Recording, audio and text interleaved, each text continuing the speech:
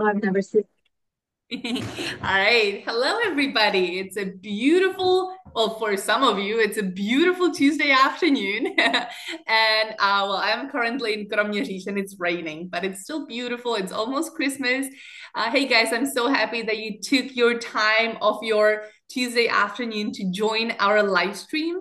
My name is Hani, and I am the Education USA advisor in the Czech Republic. And my special guest today is my dear friend, Emmy, who I actually met just this past summer when I visited her school, the University of Southern Indiana. I completely loved it. And today I have the honor to introduce her here.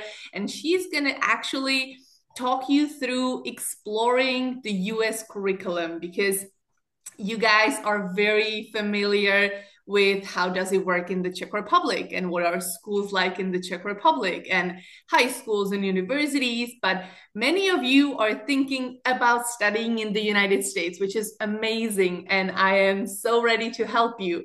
But before you commit to anything, I want you to understand what does it mean to study in the United States and what to expect, and just make sure that this is really what you're looking for and you're going to be happy in that environment. So today, my friend Amy will walk you through everything regarding US curriculum. Just before we start, I would like to point out that the Education USA Network is here for you guys if you are thinking about studying at an American higher education institution. Our services are free of charge, so you just send me an email. You can follow us on social media under the handle Education USA Czech. I'm happy to get in touch with you. And if you are just, in your sophomore or junior year of high school and deciding whether or not, just get in touch. I'm happy to schedule a consultation and we can see if this is the way for you. So I will turn it over to Emmy. And for you guys, I know this is a live stream, so you can type your questions in the chat box and we will answer them at the end of the presentation. So, hi, Emmy. So good to have you.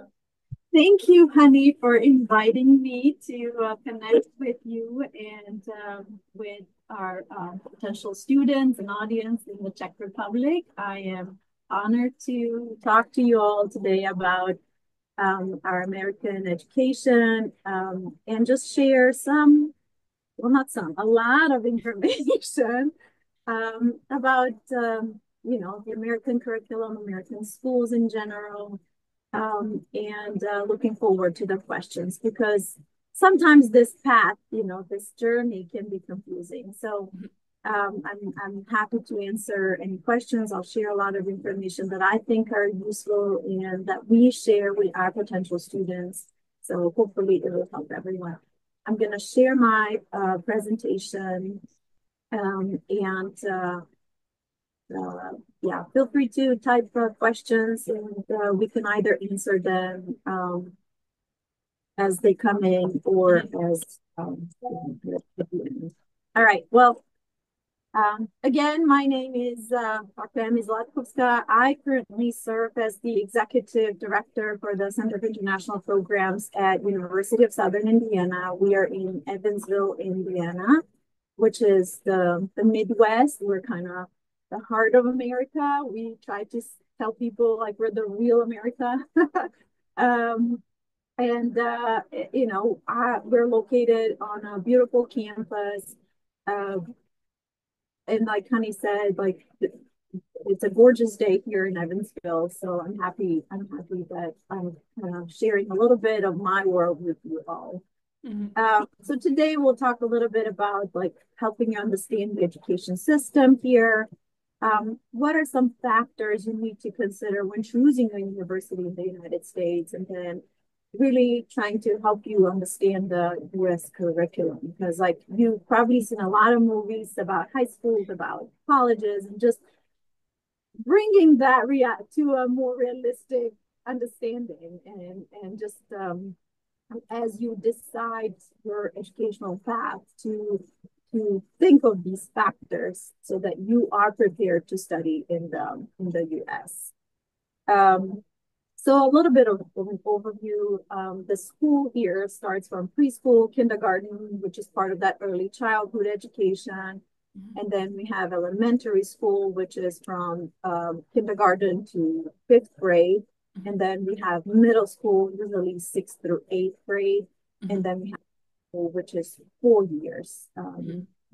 It's usually high schools are they're not major oriented, but they're pretty much all kind of like a secondary comprehensive education. Are some development trying to maybe mimic a little bit of the European system where some specializations, like, some business classes and some engineering classes or some woodworking classes. So it's still I think, in some sort of experimental stage, but I think high schools are starting to provide that opportunities that some of the countries in Europe and other countries have for the high school students. Schools in the US can be public, private, or charter. So the high schools are public, but we do have some private schools which are usually religious based and part of the churches. And then we have charter schools where, and these schools are public, they're sponsored, they're part of the government system, but they have like their own curriculum, and it's usually stronger, but it's also focused. And here in Evansville, we actually have the #1 ranked high school. It's called Signature School, and prepares, I mean, it's top in the country, and it's the preparation of the high school students going to college is amazing. The US Constitution does not mention education, so each state has the authority to make educational decisions. And so each state creates their own standards, their whole state standards. However, the federal government, because it provides funding for these schools and the teachers and the salaries, they still implement some federal standards for the education in order to receive funding. And then after high school, we have the higher education for secondary, and it can be, so students can decide to do vocational training and do trade, associate or higher degree, which is part of the higher education. And usually associate is a 2-year degree that can lead to 4-year degree for students to complete their bachelor's. And of course, after that, students can decide to do their master's or their doctoral education. So people can do a lot of schooling if they want to. Yeah, sure. I mean, we have so many universities, so many community colleges, which are like usually the 2-year institutions, so many private and public universities, and there's so much to choose from. And unlike most countries, the program of study is flexible. You can pick and choose your courses. You can pick and choose your majors. And these universities are not centrally managed. Like, the government does not run these universities. It's the universities themselves that decide what are the majors, what are the programs, what courses need to be, and they create a program that they can offer students based on the market needs, based on the businesses, whatever the country needs. And that's what I think makes the US higher education system the best in the world, because of that flexibility, because it meets the needs of the people. So universities can function on a semester or a quarter or trimester timeline of study. Where I am at University of Southern Indiana, we run semesters, and then usually there's summer sessions, which is why sometimes you hear like people graduating in 3 years or 2.5. And now colleges also offer credits within the high schools, and even high school students can credits to the university. So then they come in with some credit already completed, And sorry. And then they take, and if they take summer sessions, they even need less time to complete their bachelor's degree. Mm-hmm. So things to consider when looking at studying in the U.S. Like, what institution do you want to study? So private universities and they're public, usually state government sponsored universities. Private are usually liberal arts colleges, like they're very focused, very um, usually smaller in size, and sometimes they're religious based, sponsored by certain Catholic diocese or evangelists. Like so, there are different connections that sponsor these. Whereas the public universities can be of various size. For example, at USI, we're about 10,000 students. We are on a campus. So we have dormitories, we have housing on campus. Everything is like very compact. You have bigger universities, different size.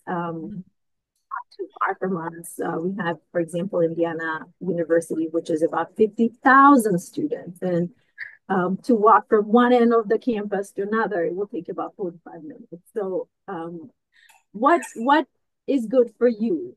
Mm-hmm. Are you thrive in such a busy environment with a lot of students, or do you need something smaller and get more support? Mm-hmm. Universities that are gender specific. So we have all women colleges, all men colleges. We have minority serving colleges. So, for example, all Latino serving the Latino population, or all Black men colleges, for example. I talked about the community colleges. So a lot of times you'll hear like, I'm in a community college, I'm in a university. So usually the community colleges are 2 years, Mm-hmm. cheaper in terms of the tuition, and they're usually public. But so for some student, it works better to start at a community college and then transfer to a 4-year institution and then finish bachelor. Usually with the community colleges, you get your associate's degree and then continue to a 4-year university. Mm-hmm. Sometimes students need more English because, we come from a different country where English is language. So some students will go through the English education in their country, but need additional preparations. A lot of universities will offer intensive English program, Mm-hmm. and sometimes students just want to come to study English and then go back to their home country. So a lot of these universities will offer this kind of option too, which means you're still part of the university, you're just focusing on language development. Mm-hmm. Some students will have the option to study English first and then continue to the university without um, taking the additional language proficiency test. Mm-hmm. So things to consider, things to look. Are you really wanting to take TOEFL or IELTS and then go to university, or do you want to additionally prepare for your language and then go to university? Mm-hmm. Lately, a lot of universities are offering micro credentials or certificates. That's another thing to consider if you're not ready to do your bachelor's degree and be at an institution in the United States for 4 years or 2 years. A lot of universities offer like a semester or shorter program, right? Where you can earn specific focus specialization, for example, cybersecurity, or something related to business, or some engineering specialization, or TESOL certificate, so that you are certified to teach English to non-native speakers. Mm-hmm. Sorts of opportunities. So it really depends on what you want to do, what your need is. And do you want to stay longer? Do you want to spend a shorter period of time? So a lot of choices. Post-COVID, a lot of institutions here in the US started offering, in addition to in-person classes where you're physically in the classroom and working with your classmates, classes that are hybrid. So, for example, you're on campus 2 days and you're working online one day, or you have the lectures online, but you have lab work on campus. And there are programs that are fully online that don't require any attendance in the campus physically. So different things work, for different what meets your needs. And but that's also something to consider, right? When you're looking at an institution, some of these programs are offered fully online. Mm-hmm. And if that's the case, because the international students require a visa and require to be enrolled in in-person classes to mm-hmm. be at a higher education institution in person, international students are not eligible to be admitted in fully online program and be here in the United mm-hmm. States. So mm-hmm. something you can do when you're in country. Mm-hmm. And something to consider as well is like, do you want to be in an urban setting or in a campus setting, which of course affects like some campuses are intertwined in the bigger cities, and so the classrooms are scattered around.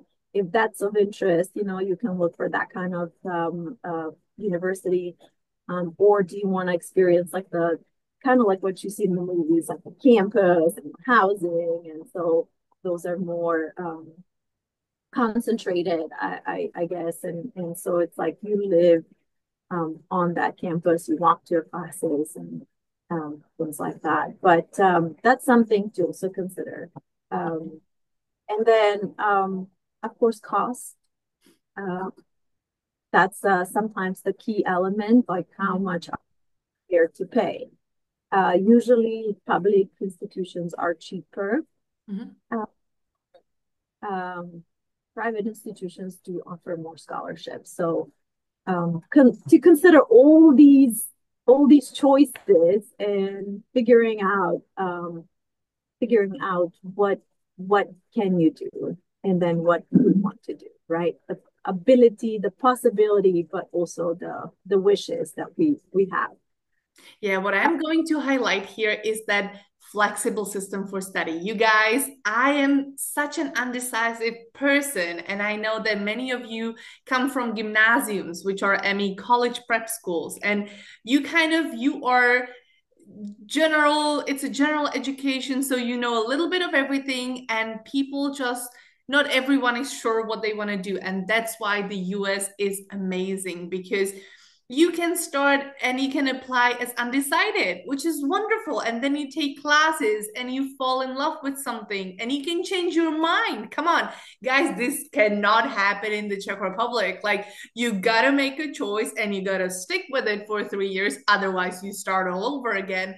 Whereas in the US, you can change your mind and it's fine and it's okay, and you can just hop and jump and try everything and anything. So for those of you who are like me and they're not sure what they want to do, this is the way to go. Like, you can just try and you can see and you can you can take some turns and then decide.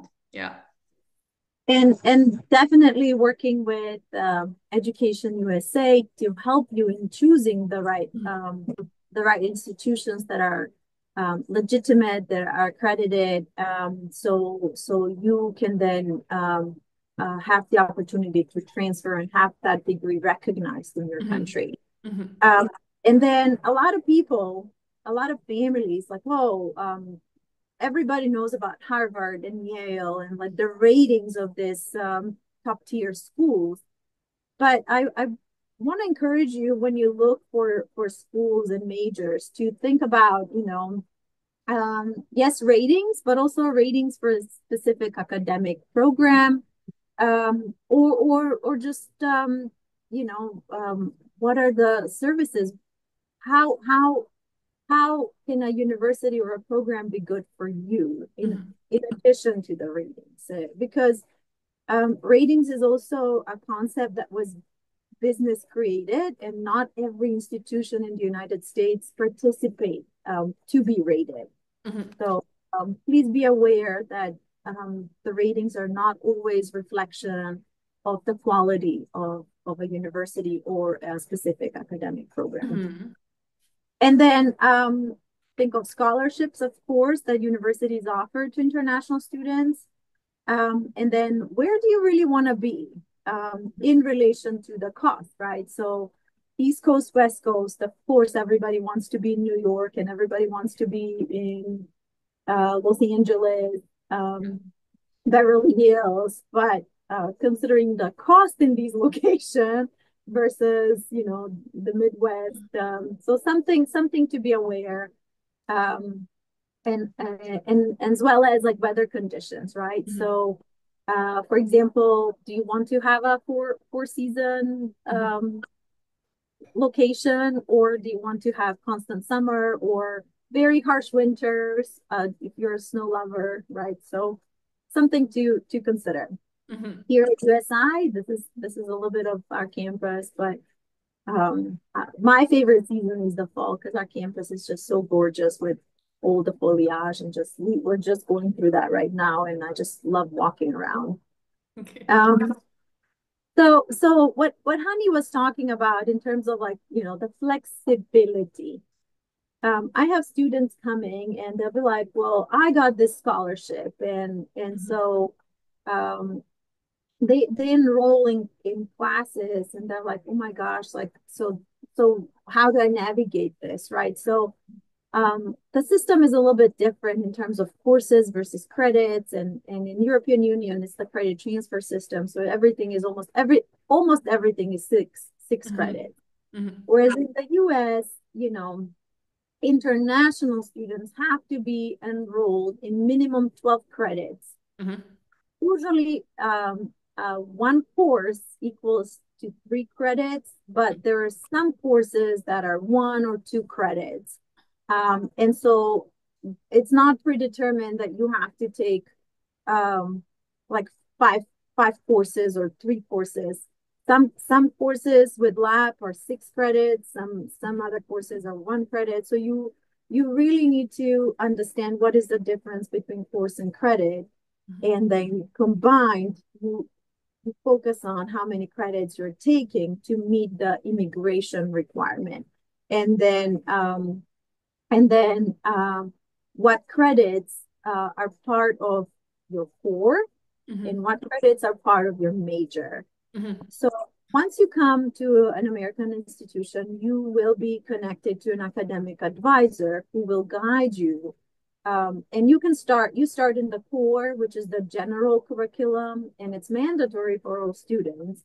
But this is the stage where you explore. This is the stage that provides you the wholesome preparation. Mm-hmm. So you take courses like philosophy, writing, public speaking, a science course. Like, so they want you to be a rounded student, so you're prepared to tackle the rest of your career, academic career. Mm-hmm. And so but again, even within this core, you have so many courses to choose from, Mm-hmm. and academic advisors will help you choose something that's of more interest. And for example, not everyone takes the same chemistry class, an example, or not everyone takes the same mathematics class, depending on what your interest is. And we're talking about general area, right? Mm-hmm. And again, you have the opportunity to change what you want to study even in the later period of your studies. Mm-hmm. And then major, so one, you meet the core curriculum requirement, and that's usually the first 30 credits to graduate with a US degree. Usually you need about 120 credits, Mm-hmm. and that's about the 3 to 4 years, depending on whether you take summer classes or you don't, and how many credits you usually take during the semesters. Mm-hmm. People usually take between 12 and 18 credits a semester and usually 9 credits over the summer to graduate sooner. But then the typical traditional student takes about 12 to 15 credits for fall and winter semester, sorry, for fall and spring semester.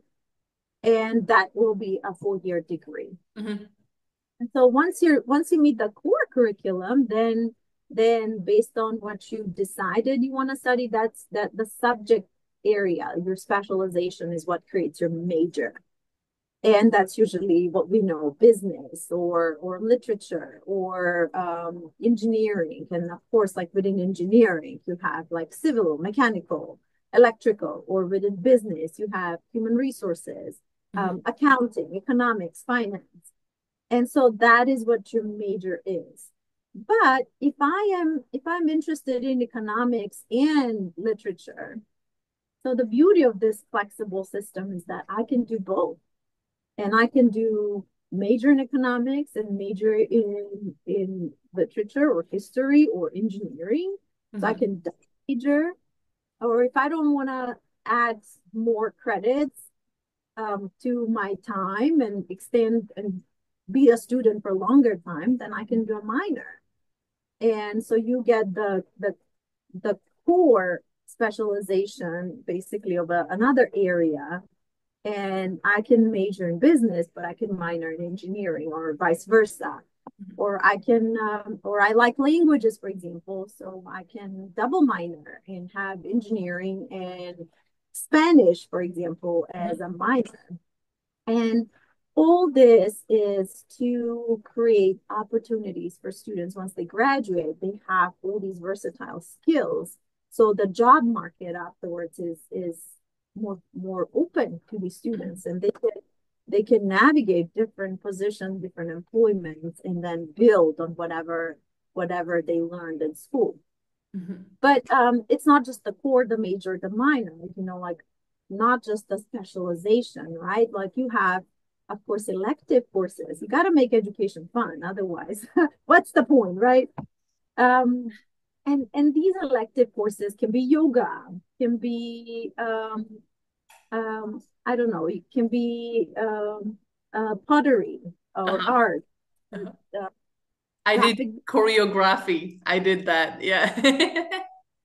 so many courses, and we have piano. Like somebody always wanted to learn a piano, and boom, now you have a chance elective to add, and so lots of opportunities for students, lots of ways to versatile your skills to learn different topics, to specialize in different career paths, and then open multiple doors to employment after graduation. Of course, you have to have language proficiency. You have to have good English because that's your base. If you don't have good language skills, then how are you supposed to build the rest of the career? And then within each major, right, during your career, you have your grade point average. And sometimes colleges do offer scholarships. If you do good in your major, your departments can provide some additional scholarship in addition to the admission. Grades usually vary from A, B, C, D, and F. And there you have to maintain at least 1.5 GPA, which is like the lowest. Otherwise, students get in trouble and can be dismissed from the institution. And that's a difference between most institutions in the world, where student can fail, go back, repeat, retake the exam, whereas here they do pay attention. The support system to be successful in these classes is so big that the only way to drop is if you don't do anything. So lots of opportunities to be successful and maintain GPA so that you can excel and graduate on time. Mm-hmm. Mm-hmm. Um, and so it sounds confusing, right? And when you see, like, if you go to a university's website, so for example, you can look like all the academic programs, and I'm gonna try and do this. Mm-hmm. But for example, at USI, okay, so if I do academics, like there's so many majors, so many things you can study, right? We still see the presentation though. We don't see Oh, the what you see, I guess. okay, so let me do that. So you go to the academics and you see like all these majors and you're like, oh my gosh, I want this. Oh, and then you click on the major and then there are like all these um, Okay. Mm-hmm. options and then like information and classes, right? Um, Mm-hmm.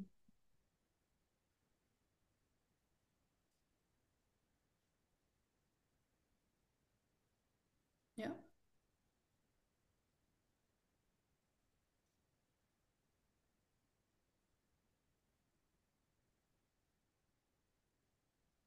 it's gonna show you the classes. But Uh-huh. anyway, uh, and you'll be like, oh my gosh, where do I start? Like, what do Mm-hmm. I do? Like, it just gets you from one to another. Um, so what do you do, right? How do you select from all that? Mm-hmm. So what when you get to university or even before, Mm-hmm. um, depending on your interest. And even if you don't have a specific area you want to study, there are academic advisors for undecided students, right? That will help you navigate the course selection, that will help you navigate and create a plan of study, um, so that you meet the full-time enrollment of minimum 12 credits, and guide you to like, oh, so this is the selection. You can choose from all these classes and there's a short course description always that you can be like, oh, well, this sounds interesting. And here's the other thing, like when you start a semester, there's also an ed drop period, so you can Mm-hmm. actually go to a class for a couple of classes, and maybe you decide that's not a class you like, that doesn't really resonate with your interests. So you thought it's something else, but it turned out to be something else. And so you can drop the class, work with the academic advisor, and register for other classes that may be a better fit for what you want. So again, that flexibility, that option that you have, so you don't feel like, oh my gosh, I made a mistake, I'm going to waste my time. No, there's always that opportunity to change and always talk to the academic advisor to find what's the right fit, even after you start your studies. Mm-hmm. And while you create your plan of study to have like a direction, that plan of study can always be revisited, modified. You change a minor, you change a major, you add, you drop. So really creating a program that fits your needs and fits your interests. Mm-hmm. Mm-hmm. Yeah. So once you decide, oh gosh, I do want to study in the United States, things you have to consider is, deadlines. Some universities have application deadlines. So, for example, we're now November of 2024. A lot of universities will have November 15 or December 15 Mm-hmm. for a start date, August 2025. Bye. Mm-hmm. And I don't know what date are we? Yeah. Uh, And so, but some institutions have what they call rolling admission. So as long as you get accepted before the start date of the semester, there's no limit, there's no deadline for application. Mm-hmm. And then the difference in the application fee. So you submit your application, and you have to pay a fee. and that differs across the universities. And some are cheaper, like for example, USI is only $40, but then there are others where it varies between 80, 100, 150. So checking that out, be prepared for that initial expense. And then you have to submit language proficiency, either TOEFL. Most schools accept TOEFL or IELTS or both. Some schools accept Duolingo with additional examination. So usually school will request additional oral interview to confirm the proficiency. And if you don't meet the language requirement, then, like I mentioned, some schools have the intensive English program. So, for example, at USI, you can go to the intensive English program, which offers from absolute beginner to like low advanced or high intermediate level. And students graduate from the intensive English program, they don't need to take TOEFL or IELTS, but can continue directly to the university. Whereas some universities will still require TOEFL or IELTS. So really just checking into the admission requirements. Once you're admitted to a university, then you have to show financial documents, passport, so that universities can prepare the immigration document, which is called I-20 for students who will come on F student visa. But if you are sponsored by the government, usually these students will find like exchange program through the American Embassy, EducationUSA. Then these students will be brought on a document called DS 2019, and that's specific for J visas. And usually you take the admission letter, the I-20 or the DS 2019 document, your financial document, and pretty much whatever the American Embassy requires, so that you can apply for your visa. And then also students have to pay CVIS fee, which is security clearance. And that's a receipt that you also have to take to your visa interview.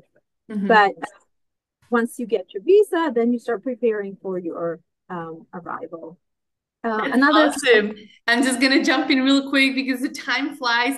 You guys don't worry. This is like fast forward. So if you're currently just deciding that you would like to go, I'll take you with Education ESA step by step. And I am having webinars and workshops on common application, on CSS profile. Then we will do step-by-step visa application. So if you're scribbling down CVs and DS 2019, you don't have to, okay? When the time comes, I'll explain everything. Don't worry about it right now, but you need to know that you will need it, and there is a lot of bureaucratic information going on, but it's good to know. But I'll take you there, and you can always come back to this webinar as well and listen to it again, okay? Don't worry, it sounds crazy. And which is why universities provide that pre-departure orientation, working with the EducationUSA to help you navigate this process of applying to the university, preparing for the language proficiency testing, preparing for the immigration process and visa application.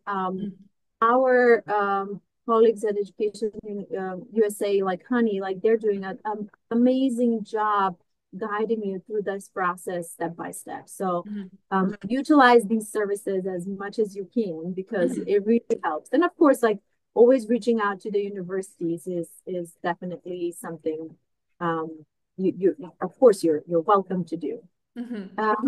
So thinking about transcripts and when you apply, that's something you have to submit from the high school. And usually they're evaluated. Some universities have that in-house, and others have to send it to a third party.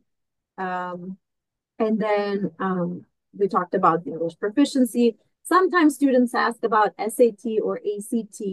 Normally, these are not required, but it does vary from university to university. If you studied for a year in an American high school, that is also considered.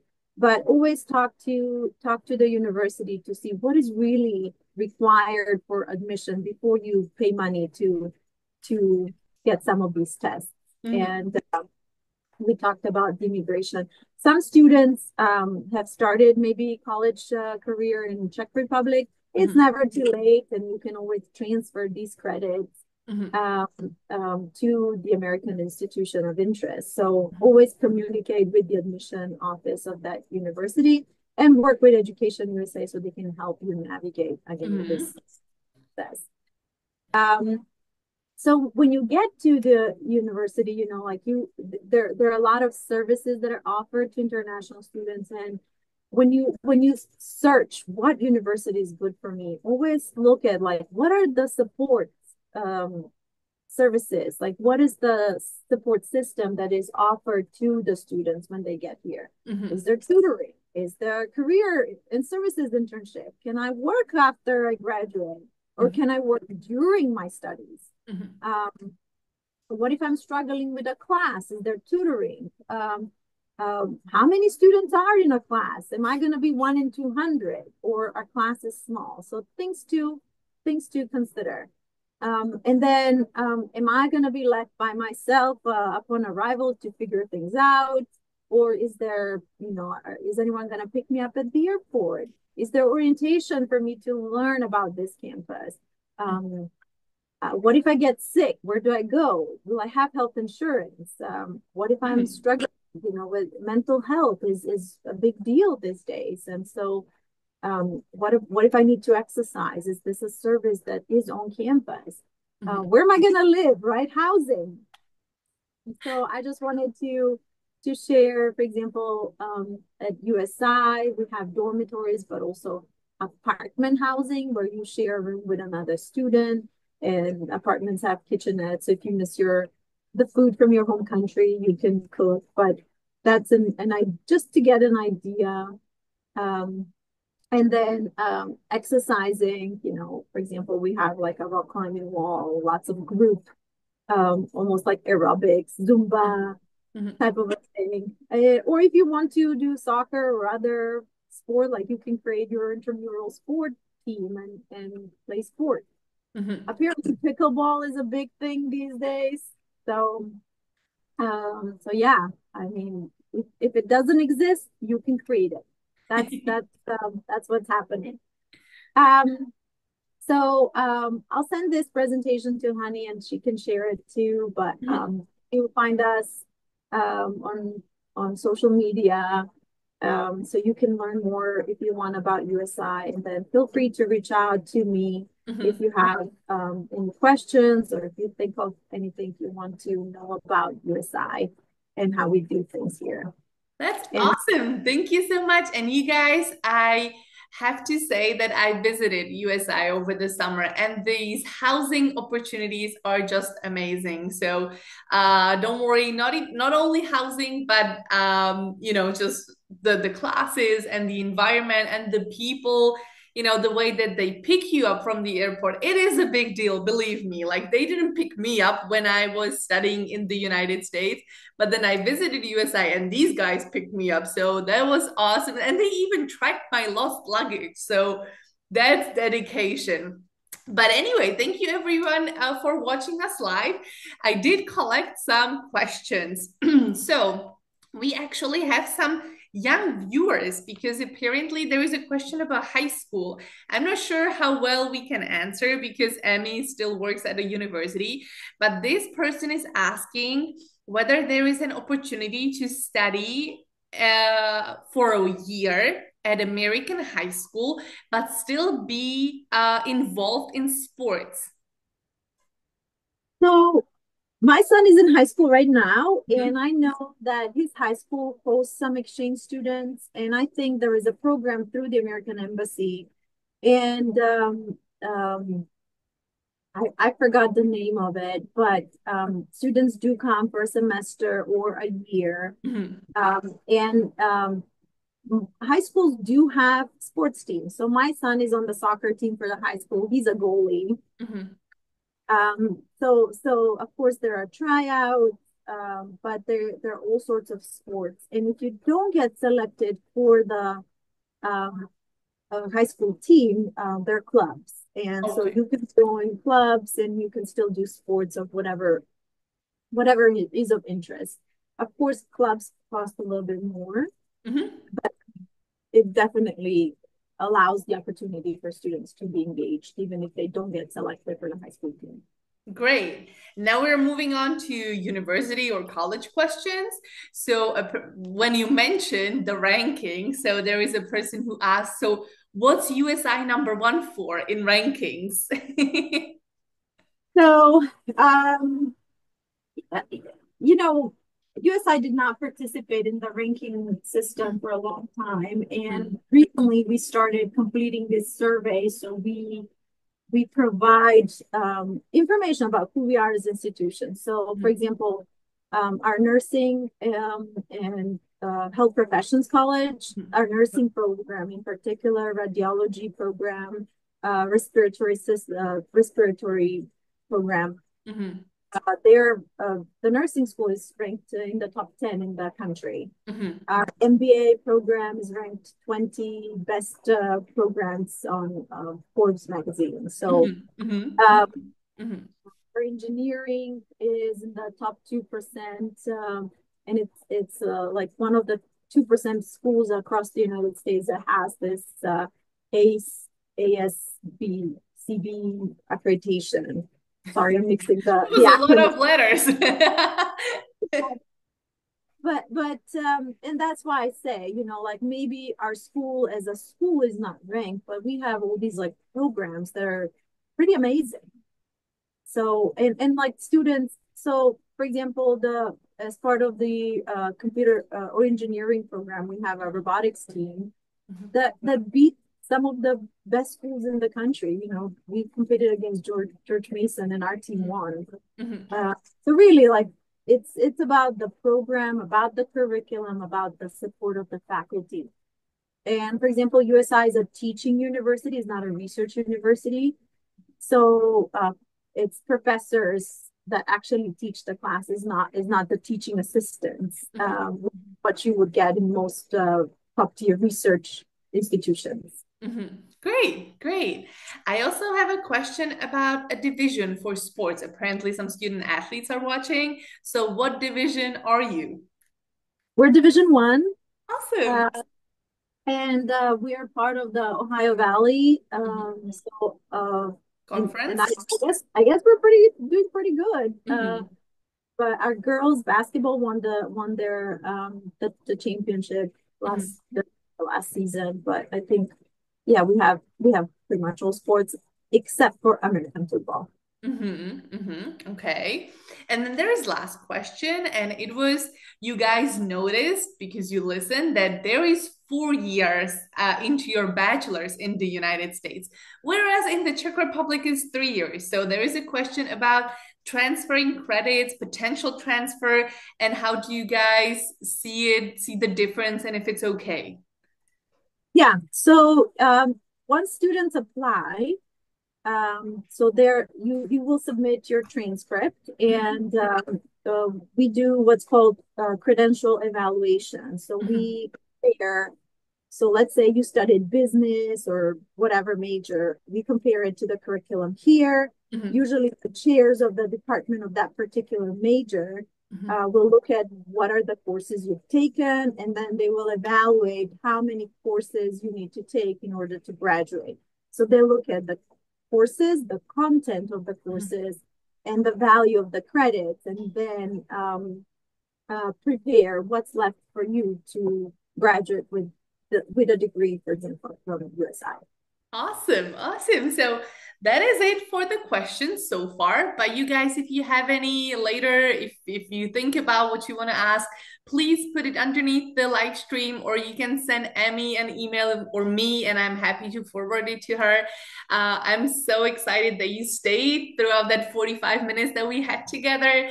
Emmy, thank you so much for sharing all this experience, knowledge, and everything. And you guys, if you feel that this is this is your future and this is how you would like to study and what you would like to experience, get in touch with Education USA, get in touch with Emmy. If you're interested and you got so, like, I love the USI campus, which is honestly, it's lovely. Please let us know in advance and we can help you every step of the way. Emmy, thank you so much. Greetings to Evansville. I miss it. And thank Thank you. you for inviting me, and thank you everyone for joining. Feel free to reach out. Have a wonderful rest of your day. Thank you.